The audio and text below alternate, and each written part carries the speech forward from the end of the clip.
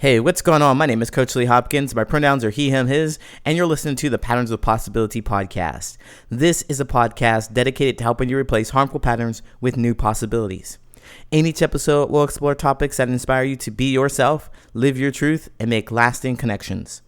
In this episode, we're going to talk about holding grudges and how detrimental and devastating they can be. We're going to talk about some of those experiences that I've personally had with holding grudges and having grudges held against me and what I've done. Maybe it'll work for you too. Are you ready? Let's go.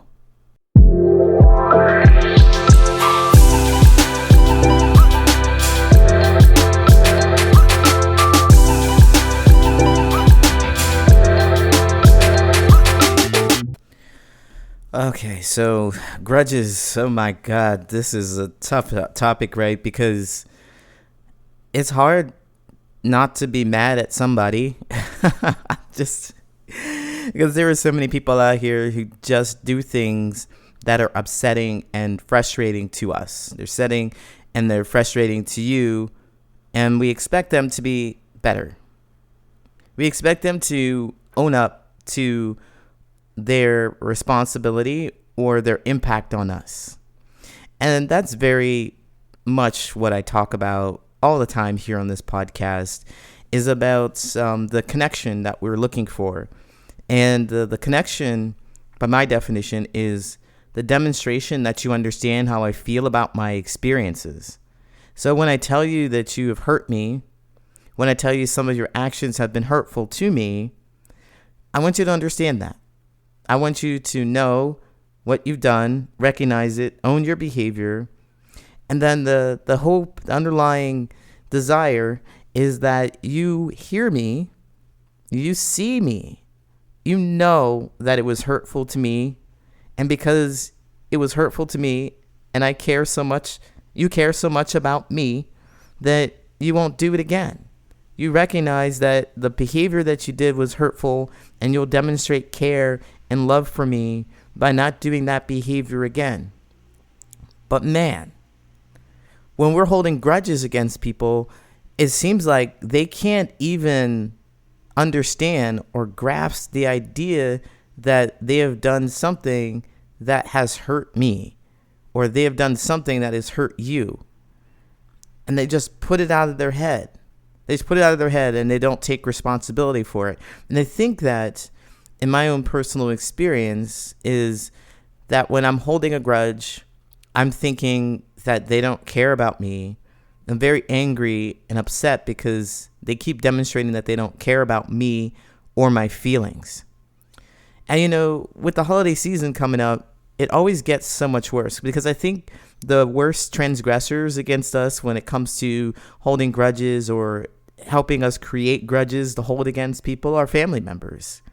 Because we were raised in an environment, I know I was raised in an environment that family is everything and family is the most important. And if, someone does something to hurt you, you really need to get over it because we are family and we need to be together. Just move on. It's not a big deal. You're being unreasonable and irrational. And that in itself puts more pain upon the experience. So I've already been hurt. And I have unsavory, uncomfortable, just terrible feelings about the experience itself, about being hurt. And now I can't even express that feeling of being hurt to anybody because nobody understands. Nobody cares. And I think the funny thing about grudges, if there is a funny thing about it, is that it just continues to persist because there is that one person. It's only one person. There's that one person who transgressed against us in the first place that we want to tell about our experiences. We want to tell them, hey, Mom, remember when you did this and I was really hurt? I'm angry. We want them to know. We can tell our friends, we can tell other people, we can tell our therapist about it, but we really want that one person to take responsibility. Hey, Dad. Hey, brother. Hey, sister. Hey, great aunt. Hey, uncle. I want you to know how I feel about you. I'm angry. You messed up. You did something that's hurtful to me. And we don't really find too much relief when we tell other people. That's the funny thing, I suppose. It's not even haha funny. It's like, what an observation funny.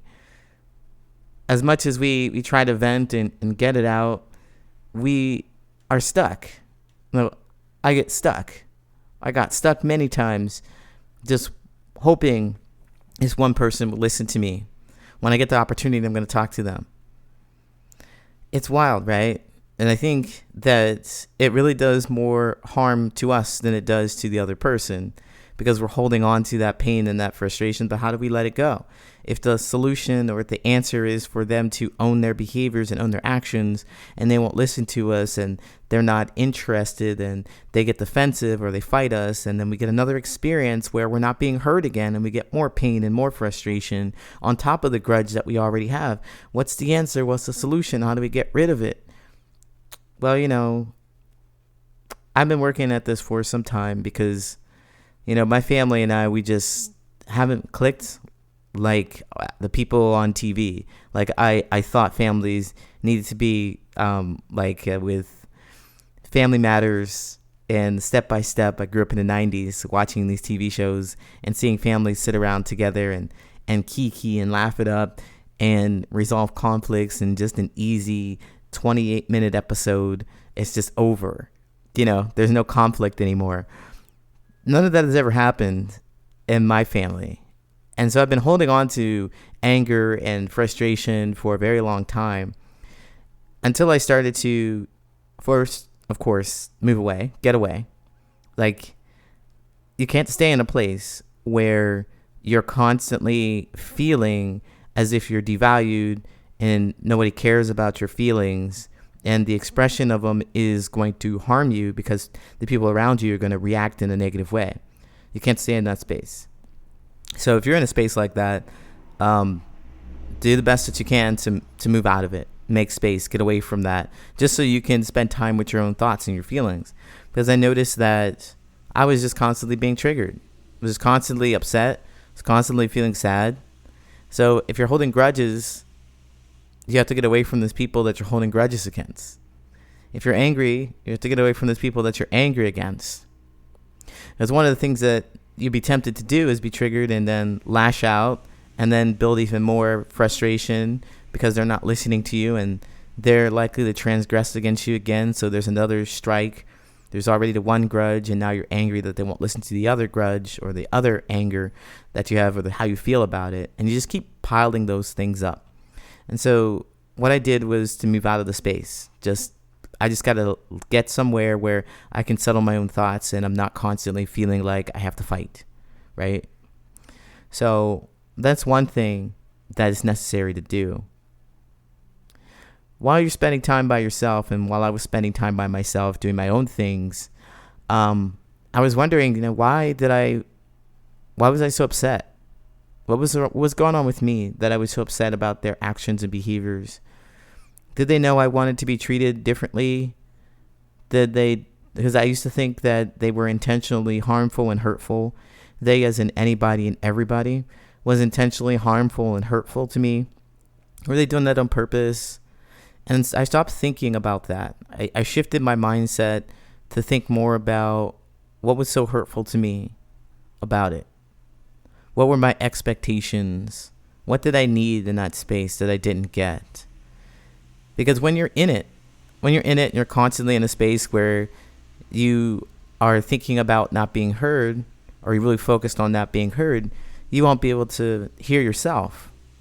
And so when you move out of that space, you need to spend time by yourself and shift that mindset from being the victim mindset where everybody's just trying to hurt me, they're just so mean, they don't care, to what did I need? What was so hurtful about those situations to me? What would I have preferred to happen?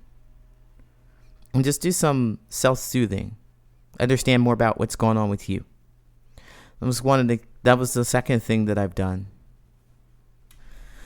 And what this allowed me to do was get a little bit more understanding of not only myself, but understanding of them.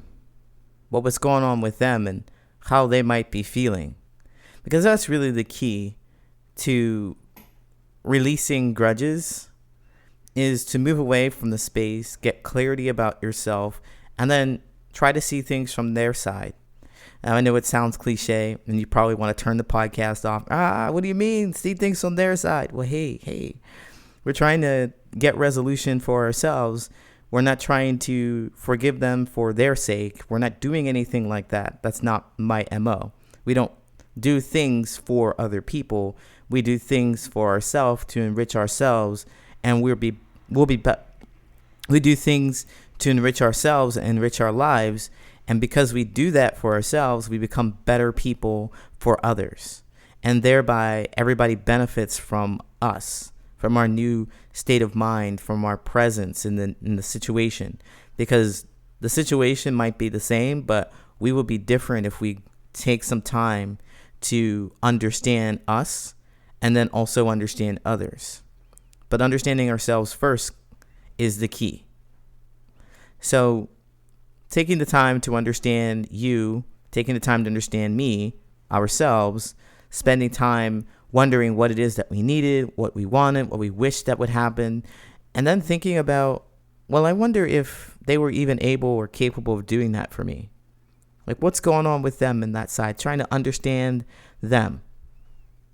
Maybe they have been under stress or duress, or maybe that is just their personality, and it's not something that they would do to me personally. They haven't singled me out personally. It's just that they would do it to everybody and anybody. And I'm not very special. I'm not a very special person to them. And reflecting on that, processing your feelings about that. Well, what? They're your family members. They're supposed to be special. Well, that's what they told you. That's what they told you. But they don't even know that. Maybe somebody told them that family is special. Maybe they went through this whole process themselves and have plenty of grudges, and it's absolutely normal. And people have told them that they just need to get over it. It's not a big deal. And now they're passing it down to you. They've had all these unsavory, dismissive things happen to them. They've expressed it at some point in time, and somebody has told them, look, your feelings don't matter. It's not a big deal. Just get over it. And so they believe that is normal behavior, and they pass it right on down to you. But you, the person who has more feeling, you're like, this is not normal. This doesn't feel right. I don't want this. You can step away and look and say, well, maybe you don't want it, but they're living in it, and that's the way they roll. That's who they are. That's what's going on with them. And so you won't take it so personally. That's part of my journey, is not taking it so personally, recognizing that they have their own patterns, and they're going to enact their patterns. They're going to play them out, and you're going to get hit by them. And as much as you want things to be different because you were told that they should be, or you watch some TV shows, or you've talked to other people, or you've witnessed other families that things are different, and you want your family to be different, you're not changing anybody. Certainly you're not changing them by going to tell them that they need to be different, by yelling at them, by raising your voice, by saying this is unfair, but we're family. You're not going to make any changes that way. What you need to do, what I've done, is to be an example of what it looks like not to hold grudges, to release the pain, to release the frustration, to talk about your feelings. Be an example. This is hard, isn't it? Because what if they did something that was really egregious? It's hard. I know. I'm not saying this is easy. This is a superpower and an amazing skill to have. And it's really so much easier to just do the pattern, just enact the family pattern, to do the painful things, because there's no awareness of what could be different. It's always been this way, so let's just keep it this way. It's hard to make the adjustment to hear how you've hurt other people. It's easier to dismiss it and get mad at them for bringing up the pain. It's easier, and that's why people do it. If you're on this path, if you're listening to my voice, then you have to know that this isn't going to be easy. It's going to be a lot of fun. If you think about it as a joyful experience, you get to learn yourself. You get to see where you were before. When you look at people who've been acting in those old patterns that you were in, you're like, wow, this is pretty cool. I've come so far. I'm so much more calmer, and a lot of things don't bother me as much as they did, and I accept people for who they are now. So if you want to get on this journey, I don't recommend that you start out with, like, if you're just starting this journey, I don't recommend that you start out with trying to solve a family feud or some decades old, not even decades old, but maybe like centuries old feud, or some kind of problem, that generational problem that's been passed down over and over and over again. Like, you have a grudge and there's some generational patterns or some anger about what happened in the family. I don't recommend that you go and you try to take that on. I recommend that you start with smaller, less emotional events. So say somebody has done something, maybe they have borrowed $50 from you, maybe $500 from you. That's a lot of money. They borrowed it from you and they didn't pay it back. They just skipped town, they disappeared, and you thought they were a good friend. And you're holding on to that anger and that frustration about that. You're like, hey, I needed that money. I would have never given you that money, but I trusted you, and all that trust is broken. And you're focused on telling them that they're a bad person and they need to fix it and make it right. Instead, create some distance. They're already gone, so there's that distance for you. But in your mind, create some distance from them and stop thinking about why they did this terrible thing, how you're so focused on why you're angry at them, and focus more on what's going on internally. What am I feeling? What did I need? What did I want? What did I hope would happen? What have I learned from this? You can bring yourself to a calmer space and then start seeing that person for who they are. Maybe they ripped off a lot of other people. Maybe that's just the way things are with them. It's important to notice that it's just not about you. And when you notice that it's not about you, like I have, not all of it's about me. I do feel some kind of way about it. But I've learned, and I don't need to keep holding on to it. I've learned for the next time. So I hope this helps, especially because the holiday season is coming up. If you're going to go home and visit family, then take some time to ground yourself before you go, and remember that it's not about you. Do you want to feel more included at work, or make a close friend to share your deepest thoughts and secrets with? In my 12-week coaching program, you will get step-by-step directions on exactly how to do that. And no, you're not going to learn to be interesting, entertaining, or outgoing, because that's not authentically you. You will get powerful skills to overcome the fear of being misunderstood, judged, or laughed at, so you can say what you really want to say. And if you don't know how to start the conversation, don't know what to talk about, or don't know where to find people that want to listen to you, this program is for you. You are going to learn strategic vulnerability. It's a powerful skill where you will discover your authentic self and set boundaries so that you can remove toxic relationships from your life and never open up to the wrong person again. Between now and the end of the year, I have room available for just a few new clients to join my VIP coaching program. If you want to start your new year off with the skills to make more meaningful relationships, then don't wait to make this change. Apply at the link in the show notes. Now it's time for your listener letters. If you'd like me to give you actionable steps to create more meaningful relationships with something that's happening with you in your life, you can write me at patternsofpossibility@gmail.com, and I might read it here on the show. I met this friend about a year ago. I'm not sure if the effort is worth it. He's not a bad person, but he constantly talks over others and doesn't listen. Instead, when you're talking, he is thinking of what he wants to say next. I'm a bit annoyed right now because oftentimes this happens with text, and I mean a lot. He sends me something, I respond, but he never even opens the text. Makes me feel like I'm wasting my time. He's got his issues, But I'm finding this aspect of his personality to be off-putting, to be honest. It's like I'm only there to occupy his downtime. And I'm just thinking he has no job. He's 25. He plays video games all day. No sleep schedule either. He smokes, he drinks with a hefty prescription. He's on like 10 plus pills. He needs to change his life, but has no initiative despite he know he needs to. And I'm here getting a PhD in physics from a top school, so I just feel like we're on different wavelengths. I talked to him about the fact that he has trouble listening. I told him that he seems more interested in what he has to say next, because he does. And I've also stopped him in the act when I asked him what I said after he responded. It seems it's also on me to keep things together, planning hangouts and so forth. It gets to me too that he's just so lazy. He does not like moving around, he doesn't like walking around, and he lies, mainly about his accomplishments.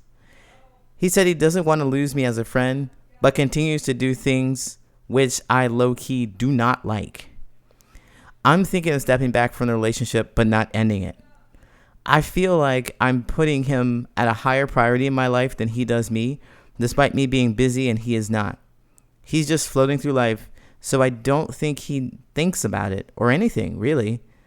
It just seems unfair. So from my own personal experience, this sounds like one of those relationships where it's the better than and the less than.